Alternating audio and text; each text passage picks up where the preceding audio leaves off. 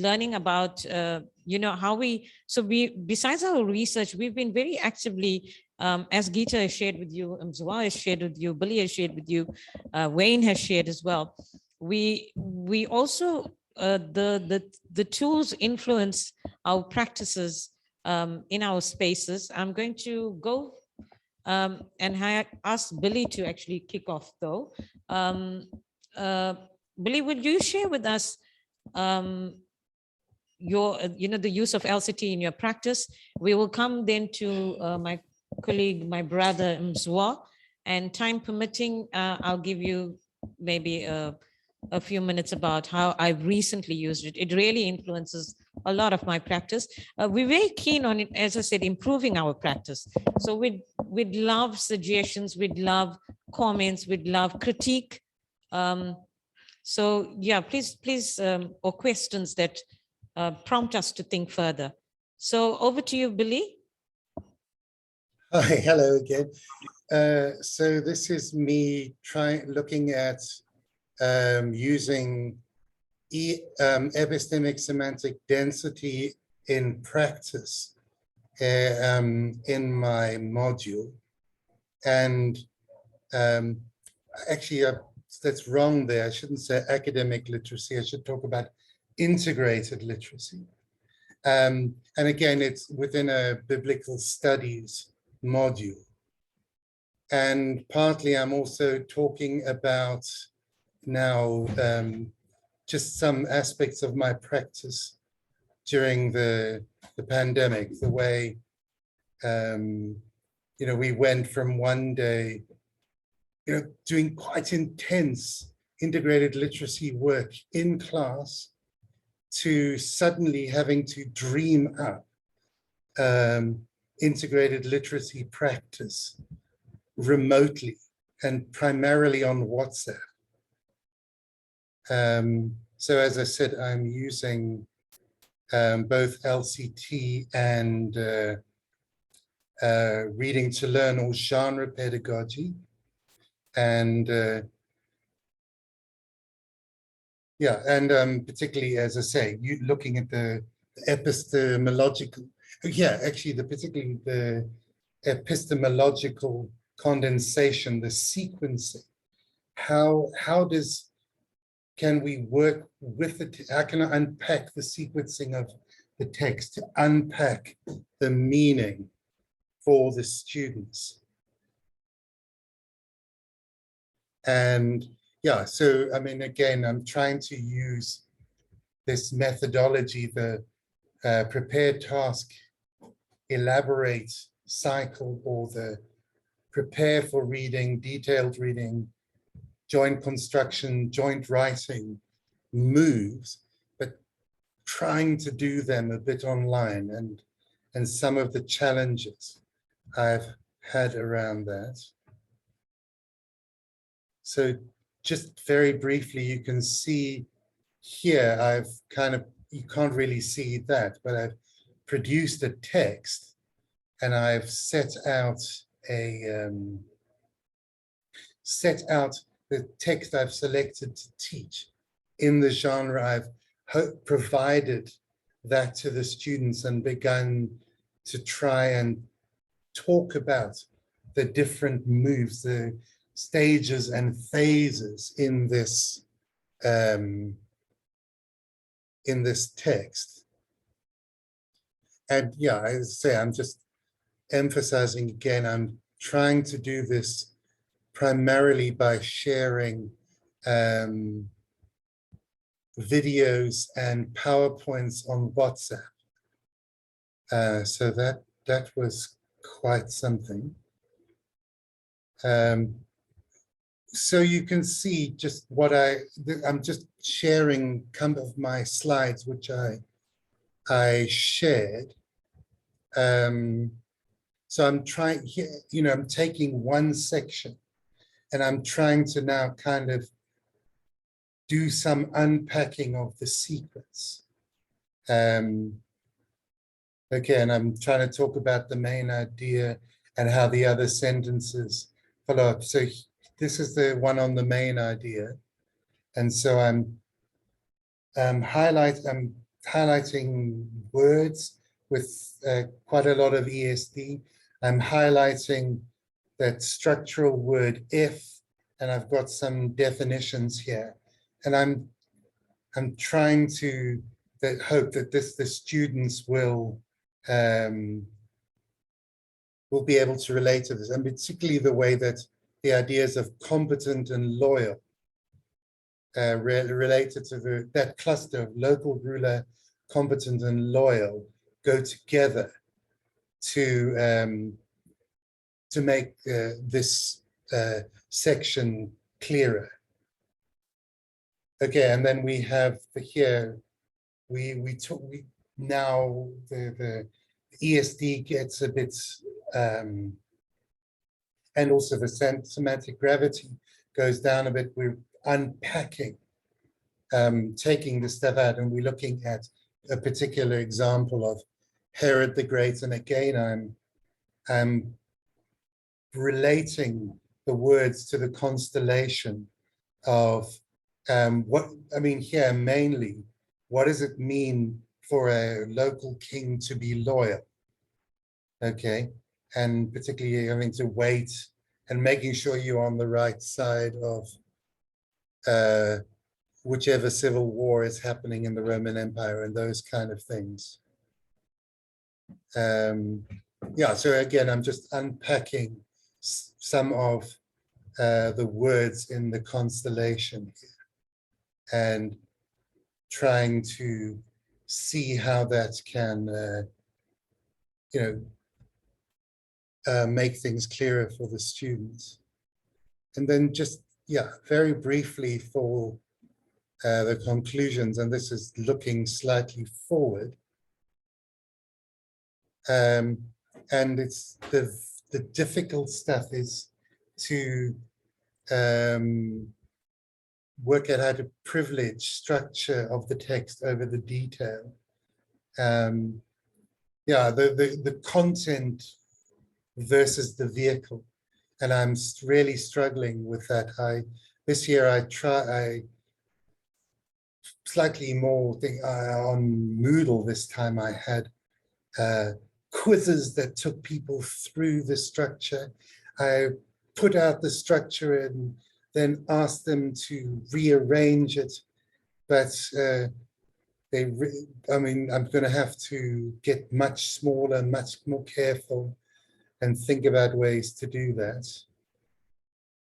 I mean, structure is the key to, in some senses, a key to good academic writing or power composition. But the real issue is, how do I develop tasks remotely on WhatsApp and Moodle to students who are like off in the Hamadulas or the boondocks somewhere? How do I connect with them and get them to actually do that academic writing?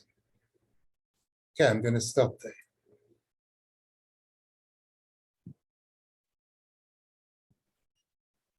Thank you. Thank you so much, Billy. Are there any questions, colleagues? You may put things in the chat as well, and Billy will respond, but also I think it will broadly generate discussions about, suggestions for our practice as well, to Billy and to us, but also in terms of if there's things you're using in your practice that, again, that we can learn from, or if there's any insights you have about how the way we're doing it. And Billy did say that there's certain space that he's still trying to work through. So any advice in that would be really welcomed. And as I said, you can put that in the chat. And I'm not going to see raised hands, but let me take this opportunity. My colleague and friend Shabnam Rambaros is supporting me to manage the chat and the comments as well. So raise your hands if you want, or just unmute and go for it. We are trying to become celebrities, so we're trying to do this as a talk show rather than academic scholars. So thank you, colleagues. I'm going to hand over to Mzwa, who's also going to share with us the kinds of use of LCT in practice. Mm. And we can just talk through that, Mzwa. Go Yes, for it. most definitely. And thank you so much once again, colleagues. So this has been really a very interesting talk, listening to everyone doing their presentations.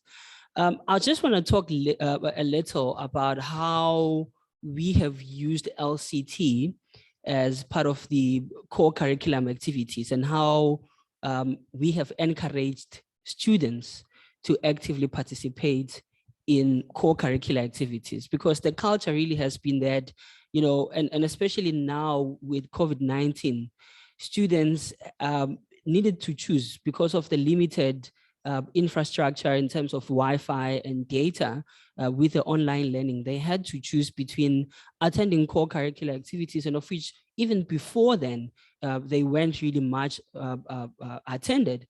But then also in terms of what it does, how it supplements the kind of courses and kinds of knowledges that students are actually interacting with, so that it creates this sort of enhanced way that students are in fact actively participating, and then what informs their success as well. So one of the biggest things that we needed really to address firstly before I go into the practice, and of course this would kind of build up to the conversation, is one of the biggest things that I noted was how students were not able, whether us as the universities are not creating platforms for students to communicate effectively their needs. That's the first one. And then also secondly, the different kinds of cultures and identities that students come with into the university, and how they want to use those, sort of identities and cultures, and whether to maintain them or how they evolve throughout the years in their ways of being. So because universities adopt their identity from the different identities of the stakeholders within the ecosystem. So being the staff, the students, and everyone. But of course, I'm going to focus more on the students. So, and then the other key thing was, how do we design the core curriculum activities such that they are interesting to students and they see how they can actually shape them to become better professionals, and this would be in line with the particular disciplines that they actually are involved in. So then how are we unsilencing the student voices, not only to hear about their challenges, but then also using them in creating or co-creating programs that can speak to their own success and their enhanced experiences within the university. So one of the tools then that we actually did was to really engage with students, and this would bring me then to the Vuna Leadership Academy, and Vuna actually means to reap. So, and it's a name actually that was given by students, by a student to the program. That. Yes. Yeah. So we were asking students different kinds of questions about leadership.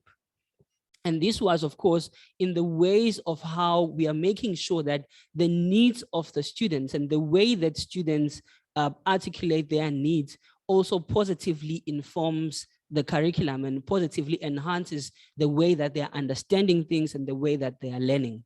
Right? So we asked them about, the different kinds of leaders that they aspire to, but then also their own understanding of leadership. And in so saying, their activism as well. So their understanding of what activism or student activism actually means.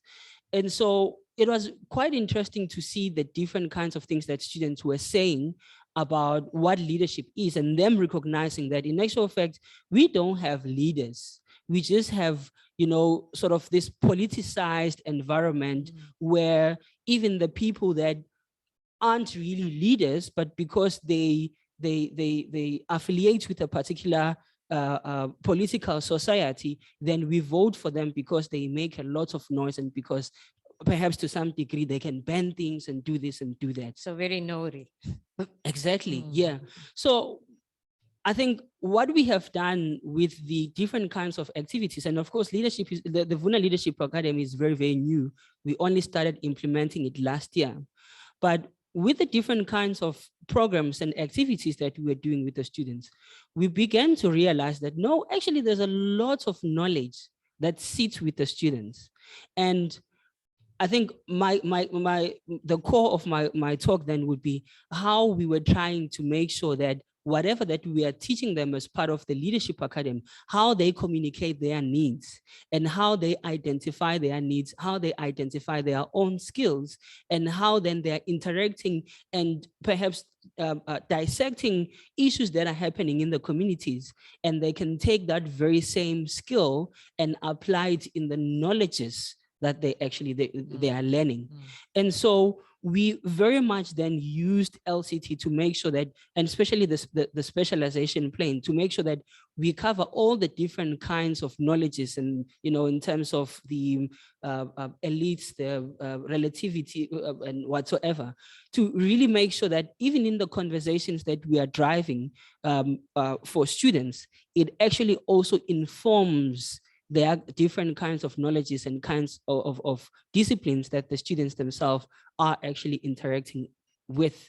And we have seen, I think, pretty much with the data that we're collecting, the change in terms of the culture and their own understanding of what student activism is about and what it means then in the identity and the culture of the university. And so that change itself would actually, I think, ultimately, because it's ongoing work, change even the way that they begin to perceive themselves within the university and realize that they are part of the ecosystem and they are not just people who are outside, but they also form part of this community that then needs to build the duty that they want for themselves. Yeah, so it's very interesting as well that I know we spoke about it, about the fact that and it did come up in the conference about whether students are ready to learn about LCT or to be able to engage.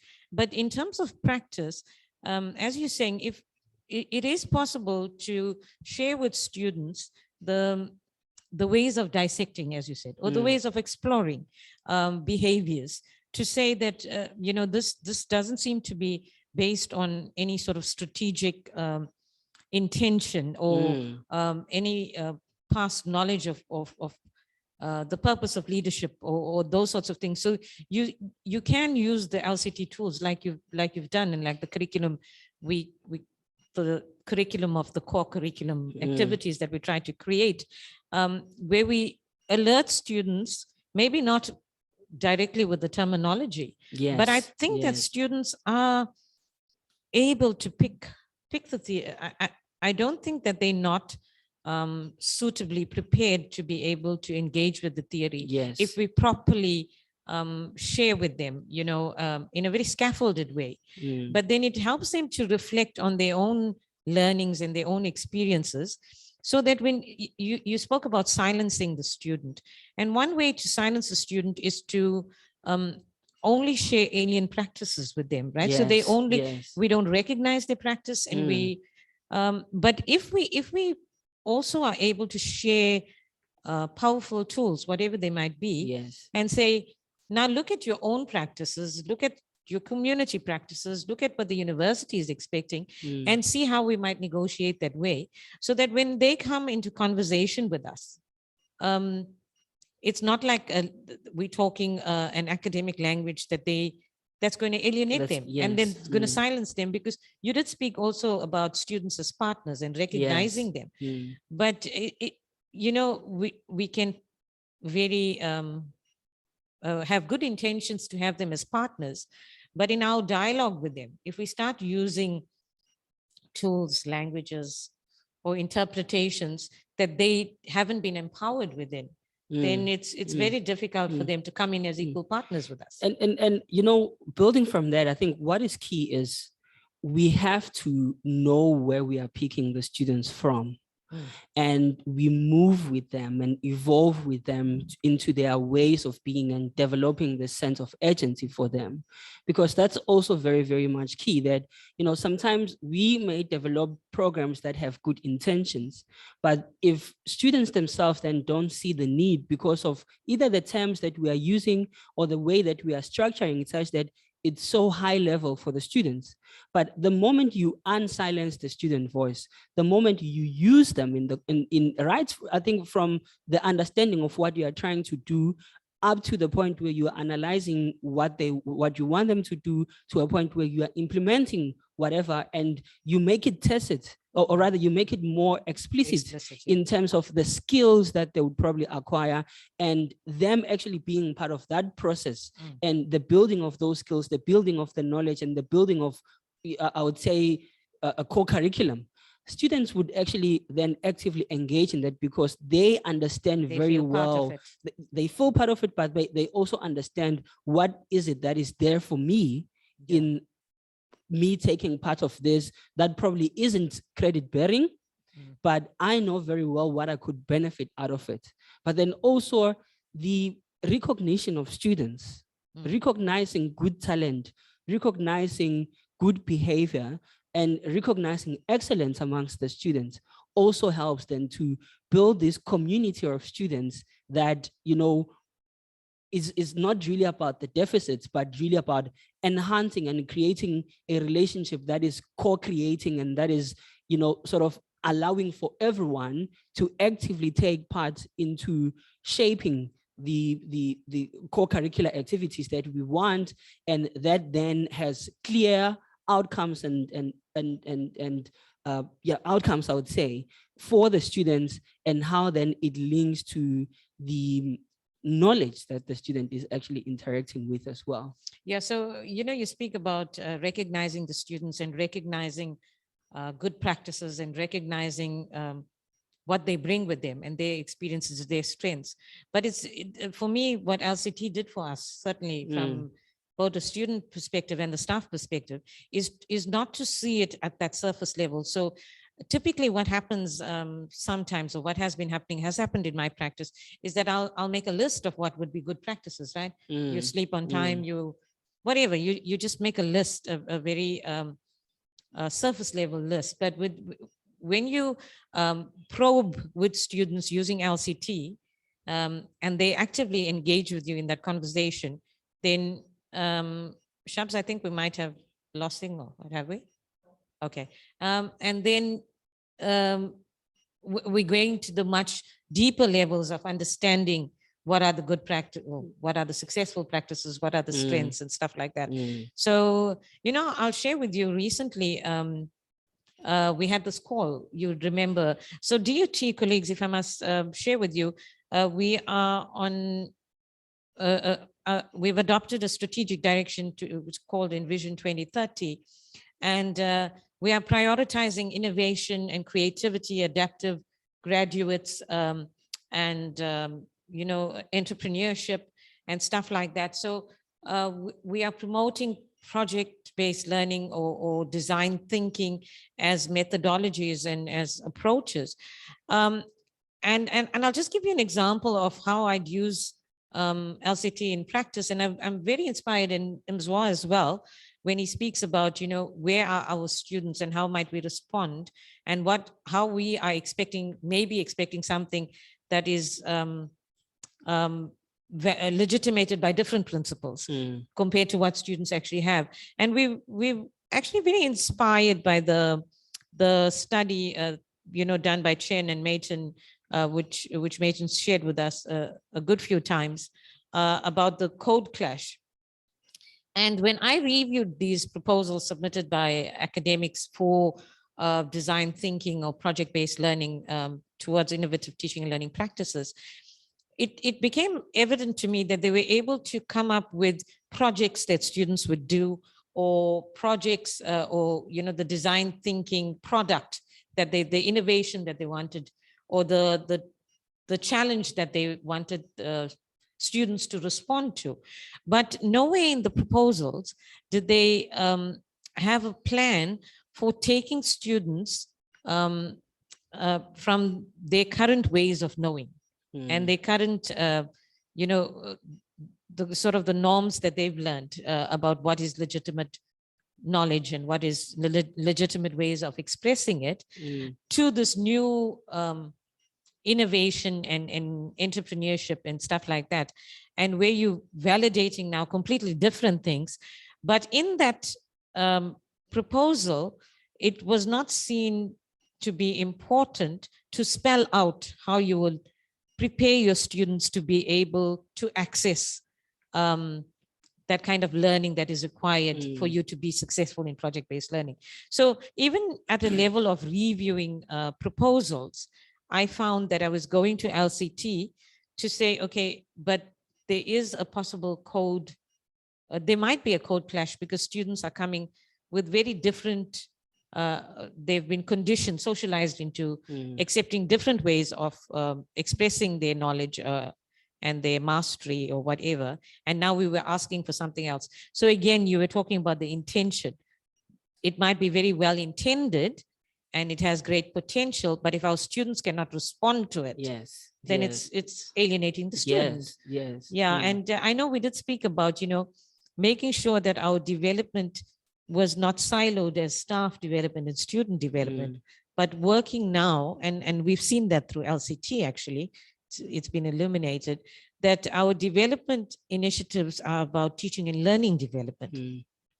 And then we look at the different stakeholders or the different sectors or areas in which we might need to create that development.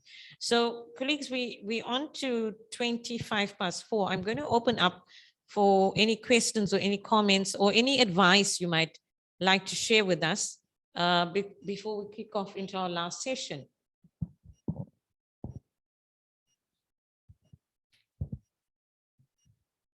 Billy, is there anything you'd also like to share further? I know you did. Nothing at this stage. Okay, great. So, Shabs, is there any hands or any? Okay, so for me, this whole notion, and as well, I know you're very passionate about this, is that transition and the challenges to transitions, you know, students transition within undergraduate curriculum. So, or well, in our case, undergraduate curriculum, but also postgraduate. So how, I find that LCT is a very good tool in showing us those, almost those critical points, you know, and what is being expected at those critical points, and therefore how we might negotiate the journey to those critical points. So I think we've got 2 minutes to the next session. Colleagues, if you just allow us, our next session is going a little bit unconventional. Shabs, I thought I saw something in the chat. Is there? Yeah, Rita is saying we've got potential in show business, and she's just about to discover something much more, eh? Thank you, Rita. Colleagues, you're going to lose the beautiful sight of Mzwa and Shoba for 30 seconds while we get into our next session. So just give us 30 seconds.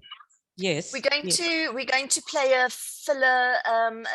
We're going to play a short, few-minute video recorded slot. That'll just give a couple of minutes and let you set up where you need to. Okay, that'll be great. We literally need a minute, but yes, please do play it. Thank you. Right.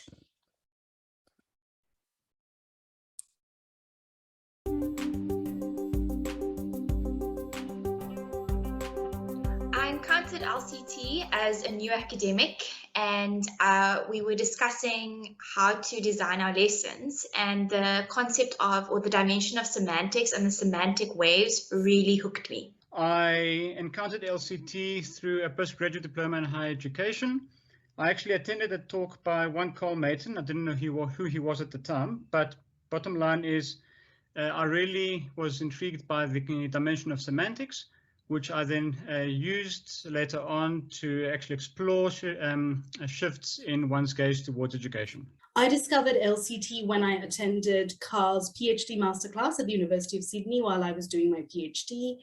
And the thing that really grabbed me was when he drew a really ugly Cartesian plane on the whiteboard and explained specialization. And I remember being on the edge of my seat and thinking, this is something really exciting and I want to know more.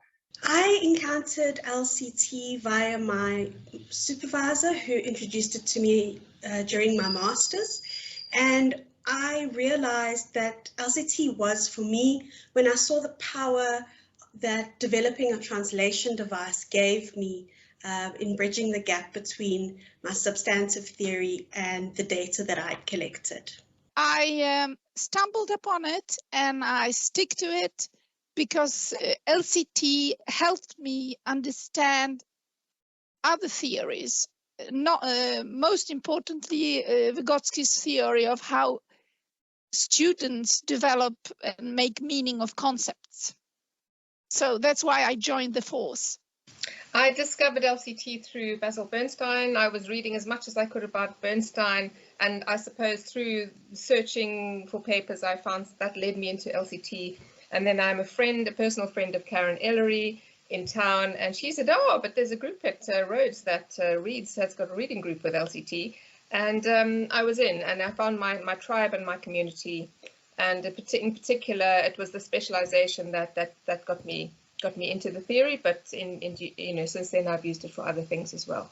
So I got introduced to LCT by my supervisor, Dr. Chuma, and then after reading the work of Kristen Wilmot, I realized that it works so well with critical realism, and then I decided to use it.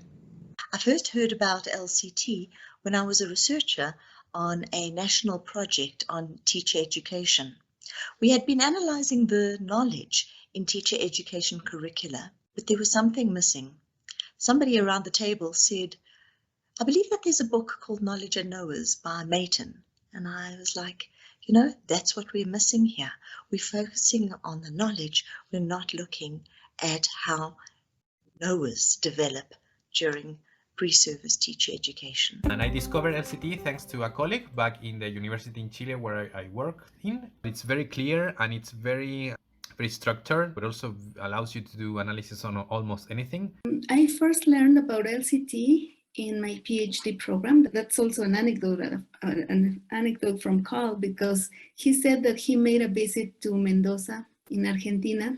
My supervisor, she heard Carl's work and theory. She started with our group of PhDs and she said, hey, I have a reading for you. I hope you enjoy it.